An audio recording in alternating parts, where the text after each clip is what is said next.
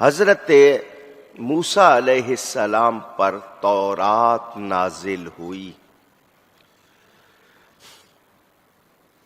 میرے دوستوں اور بزرگوں، فرعون مصر کے جو بادشاہ تھے ان کا لقب تھا فرعون، رعونت سے ہے، یعنی بہت زیادہ گھمنڈ والے، نخرے والے، دکھاوے کا بہت، جس کو آپ کہتے ہیں نا تکبر کے بھرے ہوئے۔ تو فراعنہ اس کی جمع ہے، یہ مصر کے بادشاہوں کا لقب تھا۔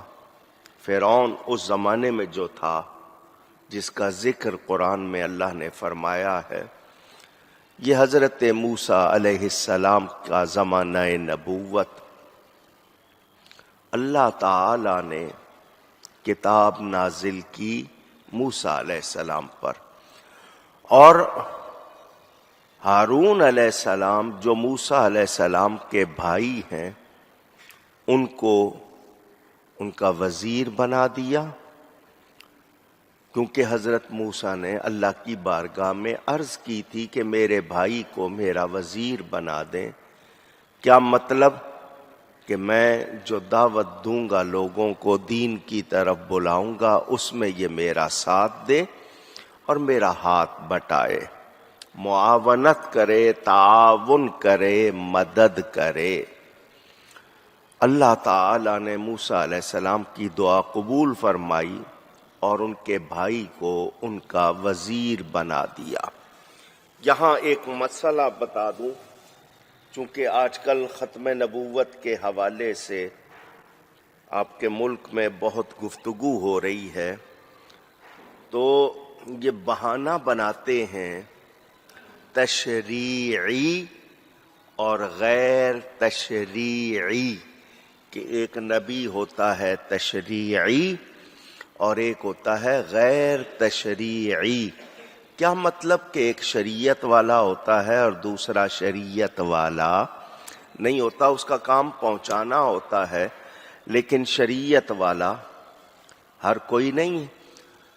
تو یہ جو نبوت کا جھوٹا دعویٰ کرتا ہے مرزا، تو وہ کہتا ہے کہ میں غیر تشریعی نبی، تو اس کی بھی گنجائش نہیں۔ بہانہ کیا لیتا ہے؟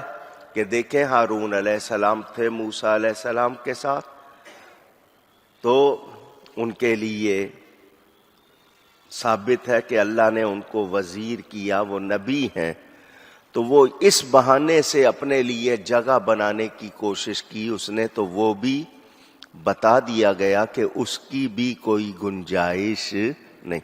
میں آپ کو پہلے بھی سنا چکا ہوں، پھر سنا دوں۔ میرے پیارے نبی پاک صلی اللہ علیہ وسلم ایک غزوہ کے لیے، جنگ کے لیے تشریف لے گئے۔ حضرت علی کرم اللہ تعالی وجہ الکریم کو فرمایا کہ تم یہاں رہو۔ انہوں نے کہا میں مجاہد ہوں، اللہ کی راہ میں جہاد کرنے والا، مجھے آپ گھر بٹھا رہے ہیں۔ تو حضور نے فرمایا تو میرے لیے ایسا ہی ہے جیسے موسیٰ علیہ السلام کے لیے ہارون علیہ السلام تھے، مگر ساتھ ہی فرما دیا کہ میں آخری نبی ہوں، میرے بعد کوئی نبی نہیں۔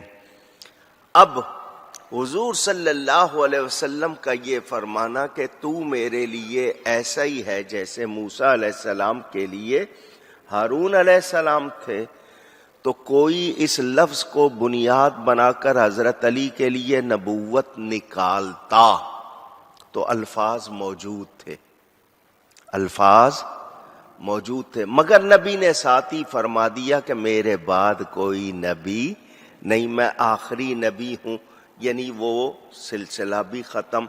تو وہاں الفاظ موجود تھے، حضرت علی نے تو دعویٰ نہیں کیا۔ آج اگر کوئی دعویٰ کرے تو کیا گنجائش نکلے گی؟ نہیں نکلے گی۔ یہ بات بھی میں نے آپ کو بتانی تھی تاکہ آپ کو پتہ چل جائے۔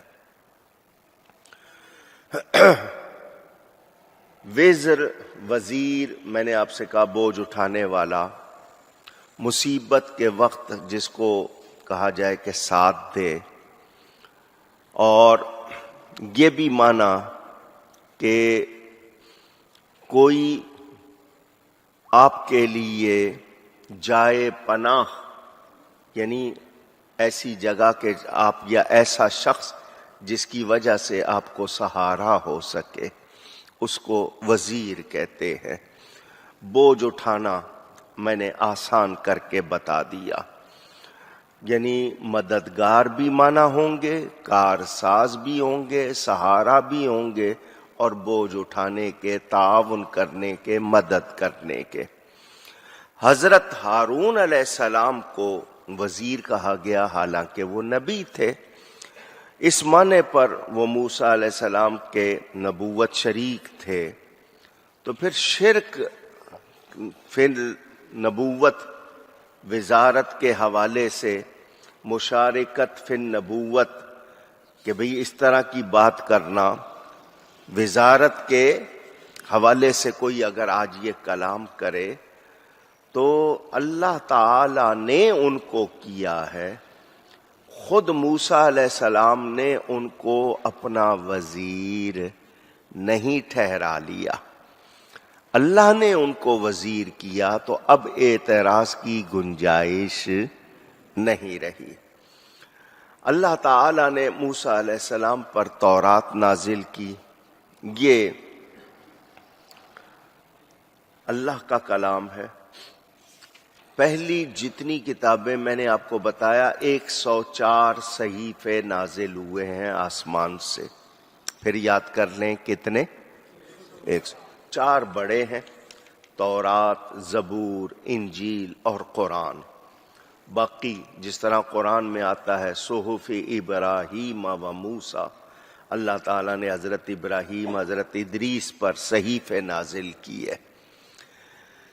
کوئی بھی قرآن کے سوا اپنی اصل میں محفوظ نہیں ہے، دھیان سے سن لیں، قرآن کے سوا کوئی آسمانی کتاب اپنی اصل میں محفوظ نہیں ہے۔ تورات امریکہ میں چھپی ہوئی ملتی ہے، اسرائیل نامی ملک میں ملتی ہے۔ انجیل جس کو بائبل کہتے ہیں، اس کے 5 ورژن، 5 مختلف روایتوں کے ساتھ وہ بھی موجود ہیں دنیا میں۔ زبور کا شاید کہیں کوئی سلسلہ ہو، لیکن یہ اپنی اصلی زبان میں جس میں نازل ہوئے، اپنے اصل الفاظ میں موجود، اونچی کہیے گا نہیں، سنیں۔ انگلش میں انجیل، جو انگلش پڑھنے والا ہے وہ انگلش میں پڑھتا ہے، اگر کوئی چائنا میں رہتا ہوگا تو وہ چائنیز زبان میں پڑھتا ہوگا، ناروے میں رہتا ہوگا نارویجن میں پڑھتا ہوگا، اسکینڈینیوین میں رہتا ہوگا تو وہاں کی زبان میں پڑھتا ہوگا، جرمن میں رہتا ہوگا تو جرمنی میں پڑھتا ہوگا، جاپان میں ہوگا جیپنیز میں پڑھتا ہوگا۔ مجھے بتائیں اصل الفاظ کہاں گئے؟ ایک انگلش میں پڑھ رہا ہے، ایک چائنیز میں پڑھ رہا ہے، ایک جاپانی میں پڑھ رہا ہے، تو یہ تو، لیکن یہ صرف قرآن کی خصوصیت ہے، زمین و آسمان پر جو پڑھتا ہے ایک ہی زبان میں پڑھتا ہے، وہ اللہ کا کلام ہے، اللہ کے الفاظ ہیں، کسی اور کے نہیں۔ ترجمے ہوئے ہیں قرآن کے، وہ ترجمے ہیں، لیکن اصل قرآن موجود ہے۔ کیوں؟ اس کی حفاظت کا ذمہ خود رب نے لیا تھا، باقی کوئی کتاب محفوظ نہیں ہے۔ انہوں نے اس میں تحریف کے معنی کہ اس کے حرفوں کو، لفظوں کو بدلا، معنوی طور پر بھی، دوسرا بھی، اور ہر 100 سال کے بعد جو اس وقت انجیل جس کو بائبل کہتے ہیں اس پہ مناظرے ہوتے ہیں، اس پہ اعتراض ہوتے ہیں، 100 سال کے بعد وہ ان کو بدل دیتے ہیں، تو وہ اللہ کے الفاظ نہیں۔ برناباس اس کو وہ مانتے ہی نہیں ہے، کیونکہ اس میں حضور کی بہت زیادہ تعریف ہے، وہ اس کے قریب نہیں آتے۔ تو اس طرح یہ ورژن ہے، یہ کلام نہیں ہے، قرآن رب تعالی کا کلام ہے۔ پہلی کتابیں اب اپنی اصل میں موجود نہیں۔ اچھا، آپ میں سے کوئی ہو سکتا ہے کسی کا دل چاہے کہ میں لوں اور پڑھوں اور یہ کروں اور وہ کروں۔ حضرت عمر فاروق رضی اللہ تعالی عنہ جیسی ہستی، ان کے ہاتھ میں تورات تھی۔ حضور صلی اللہ علیہ وسلم کے سامنے آئے، میرے آقا کو جلال آ گیا، ان کے ہاتھ سے لے کر کتاب ایک طرف رکھ دی کہ آج موسیٰ علیہ السلام بھی ہوتے تو ان کو میری پیروی کے سوا چارہ نہ ہوتا۔ کیا مطلب؟ کہ قرآن کے ہوتے ہوئے تمہیں اس کی طرف جانا بھی نہیں۔ اس سے پتہ چل گیا کہ کتنی احتیاط کی ضرورت ہے۔ ہم کہتے ہیں نہیں جی پتہ چلے، وہ پتہ چلنے میں کام خراب ہو جاتا ہے۔ آپ کو اللہ نہ بچائے تو پھر آپ بچ سکتے نہیں۔ تو یاد رہے کہ ہمیں حضور صلی اللہ علیہ وسلم کی تعلیمات سے ہٹ کر ہدایت مل سکتی نہیں۔ اللہ تعالی نے حضرت موسیٰ علیہ السلام کے لیے ان کے بھائی کو وزیر بنا دیا، اور کیا فرمایا؟ تم دونوں جاؤ اس قوم کی طرف جس نے ہماری آیتوں کو جھٹلایا۔ اب یہاں جو پہلی بات آپ کو بتانی ہے وہ یہ کہ اللہ تعالی نے فرعون اور اس کی قوم، اس کے ساتھی، اس کے ماننے والے، میں یہاں ایک مسئلہ آپ کو اور بھی سنا دوں تاکہ جن کو معلوم نہیں ہے ان کو بھی معلوم ہو جائے۔ قرآن میں آل فرعون کا الفاظ آئے ہیں۔ کون سے الفاظ؟ ایک بار پھر کہیے، یاد رہے آپ کو۔ فرعون کی کوئی اولاد نہیں تھی۔ آل فرعون کے الفاظ قرآن میں موجود، اور یہ حقیقت ہے کہ فرعون کی کوئی اولاد نہیں تھی، وہ اس لائق ہی نہیں تھا کہ اس کے اولاد ہوتی۔ پھر آل فرعون کے الفاظ آئے ہیں تو معنی کیا ہے یہ آپ کی معلومات میں رہے گا تو فائدہ ہوگا۔ سچے پیروکار، یہ لفظ دہرائیے۔ پیروکار فارسی کا لفظ ہے، جمع پیروان کار، پیروی کرنے والے، سچے طور پر آپ کو فالو کرنے والے، ٹرو فالوورز۔ سچے پیروکار کو آل کہا گیا۔ کیا کہا گیا؟ پھر کہیے گا ایک بار اور، آل۔ سمجھانا کیا ہے؟ آج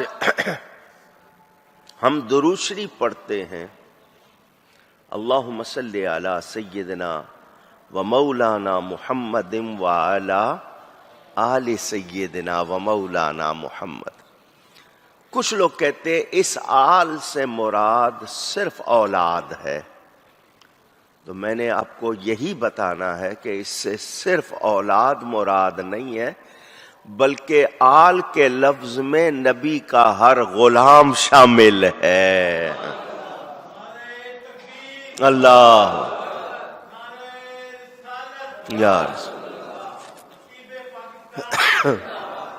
تو یہ آپ کے ذہن میں رہے۔ اگر کوئی اس پہ دلیل مانگے تو میں نے آپ کو پہلے بتا دیا کہ آل فرعون کا لفظ قرآن میں آیا ہے اور اس کے اولاد نہیں تھی، تو آل کس کو کہا گیا؟ اس کے سچے پیروکار، اس کے ماننے والوں کو۔ تو پتہ چل گیا کہ آل کے لفظ میں غلام بھی شامل ہیں۔ ٹھیک ہے، یہ آپ کو ایک مسئلہ بتانا تھا۔